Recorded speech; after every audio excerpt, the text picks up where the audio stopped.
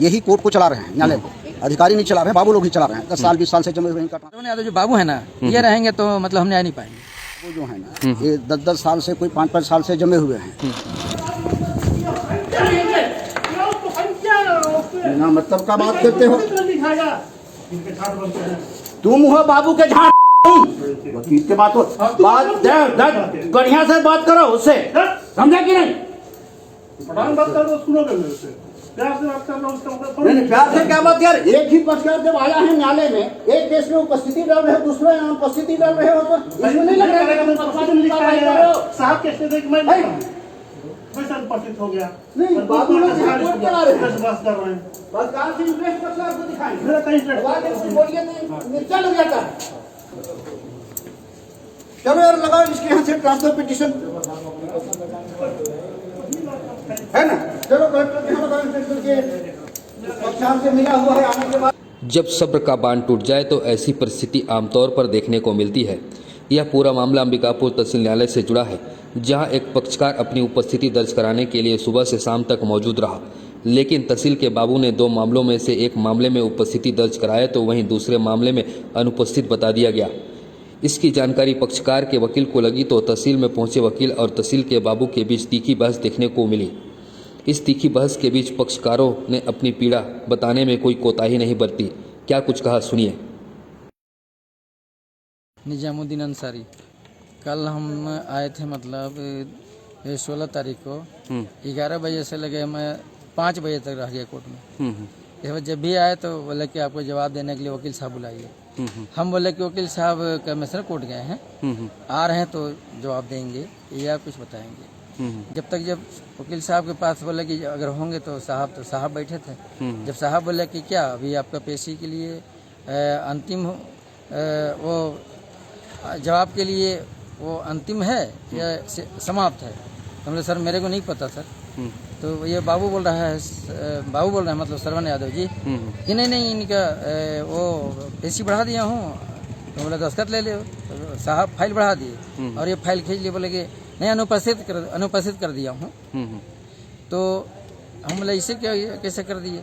तो बोले हो गया ना, अब अनुपस्थित कर दिए तो कर दिए। अच्छा। मैं वकील साहब को बोला तो वकील साहब बोले अब तो 5 बज गया है, ठीक है कल पता कर लेंगे। तो आज वकील साहब बोले थे कि पता कर लीजिएगा। वकील साहब तो आप उस समय उपस्थित थे, लेकिन हम कल 11 बजे लगे, हम 5 बजे तक उपस्थित थे, लेकिन अनुपस्थित कर दिया गया। अनुपस्थित कर दिया गया। एक केस में लिया गया। क्या मामला था ये? एक प्रफुल्ल कुमार पांडे के नाम से केस था। वो नक्शा दुरुस्ती का, ये नक्शा दुरुस्ती का, उसमें लिया गया, अवलोकन के लिए गया वो। इस न्यायालय से कितना संतुष्ट है? क्या लगता है काम वाम हो रहा है? नहीं, ये श्रवण यादव जो बाबू है ना, ये रहेंगे तो मतलब हम न्याय नहीं पाएंगे। क्यों ऐसा क्यों लगता है? तो और लोग भी तो जाते हैं, उनको तो न्याय नहीं मिलता होगा क्या? होगा, लेकिन शायद इनके मतलब हमारा तो हम दस्तखत नहीं किया और हमारा भी पक्ष या विपक्ष के ही जो आए पंडित जी हमारे, और उनका दस्तखत लिए मेरे सामने और वो थैंक यू के चल दिए। और मैं फिर हो गया, बोला जवाब के लिए वकील साहब को, तो वकील साहब के टेबल पे गए। वैसे टेबल पे गए तो वकील साहब बोले कि यार जाके देखो अगर होंगे तो साहब, तब तक साहब फिर उठ गए। बात नहीं था यहाँ तहसील न्यायालय में बाबू जो है ना, ये 10-10 साल से, कोई 5-5 साल से जमे हुए हैं। यही कोर्ट को चला रहे हैं, न्यायालय को। अधिकारी नहीं चला रहे हैं, बाबू लोग ही चला रहे हैं। 10 साल 20 साल से जमे हुए, इनका ट्रांसफर नहीं हुआ है और ये अब एकदम अपना राजपाट चला रहे हैं। कल हमारे एक पक्षकार थे निजामुद्दीन, इनका 2 केस यहाँ लगा हुआ था नायब तहसीलदार अंबिकापुर 3 के न्यायालय में, जहाँ श्रवण बाबू हैं। और ये 11 बजे से 5 बजे तक अभी रोजा का इनका उपवास चल रहा है, इसके बाद भी ये बैठे रहे। लेकिन एक केस में इनकी उपस्थिति ली गई, हाजिरी लगाया गया, दूसरे केस में नहीं लगाया गया, उसमें अनुपस्थित कर दिए। ये जाके बाबू से निवेदन भी किए कि साहब हम आए हैं, दिन भर बैठे हैं तो हमारी हाजिरी लगा दीजिए। इसके बाद भी न तो इनको फाइल में दस्तखत करने दिया गया, न हाजिरी लगाने दिया गया। वही अभी पूछने गए कि जब पक्षकार आया था और आपके ही न्यायालय में 2 केस चल रहे हैं, एक में दस्तखत कराए, एक में हाजिरी लगाए, दूसरा केस आप ही के न्यायालय में है, उसमें दस्तखत भी नहीं कराया, हाजिरी अनुपस्थित इनको कर दिया, ऐसा आखिर क्यों किए? क्यों इस तरह का आप लोग पक्षपातपूर्ण कार्रवाई करते हैं? इसमें वो गर्म हो गए, उल्टा सीधा बोलने लगे, गाली गलौज पर उतर गए।